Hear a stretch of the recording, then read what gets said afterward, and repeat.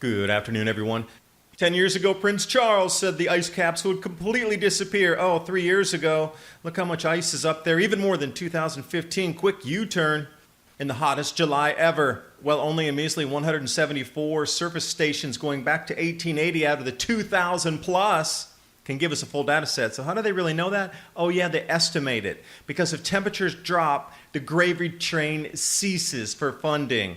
We talk about this in Climate Revolution, the Grand Solar Minimum. Understand, prepare, adapt, and thrive. You say CO2 or you lose your funding. The link's in the description box below. Thank you for your support.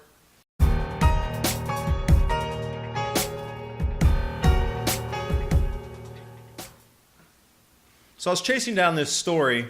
Peter Ferrara, talking about global warming alarmists. Hey, the earth is cooling, and I went to Forbes. After review, the post has been removed. Oops, that's pretty inconvenient. Because, see, he was saying this back in 2012.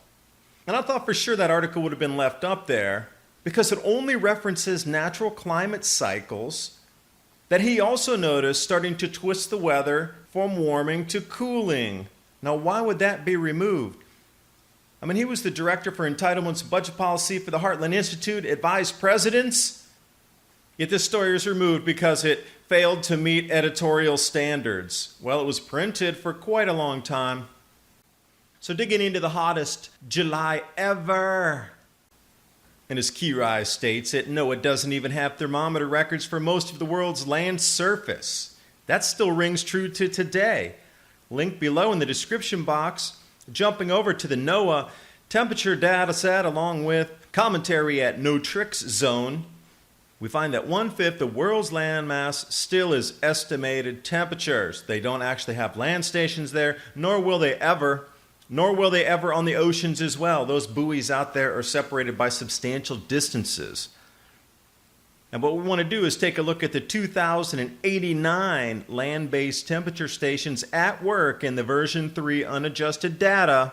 And if you go back even 100 years to 1919, only 997 of these have version 3 unadjusted data that is a complete set, meaning they didn't have to estimate, that it was a real measurement, and only a percentage of those stations actually have the full data set that they can claim it's the warmest year ever. But when we go back even a step further to 1880, there's only 174 of these stations. So when they claim that, since 1880 it's risen this much, ask them, how did they really derive those numbers? Because there's not a full, complete data set. It's full estimation. We've seen the manipulation of data, cooling the past to make it appear as it's a warmer, linear trend. That way they can say the world's warming, but when you come back and really look at the data, it is in very much more than a question. These thermometer data sets that now the corporate media is screaming hottest ever. They're going to continue to do so. Why would you expect anything less? Next year is going to be the hottest ever, even though temperatures globally will drop. Japanese expert even chiming in on this. Dr. Mototaka Nakamura tells us that global temperature trends since the start of the Industrial Revolution presented by NASA are fraught with huge uncertainty.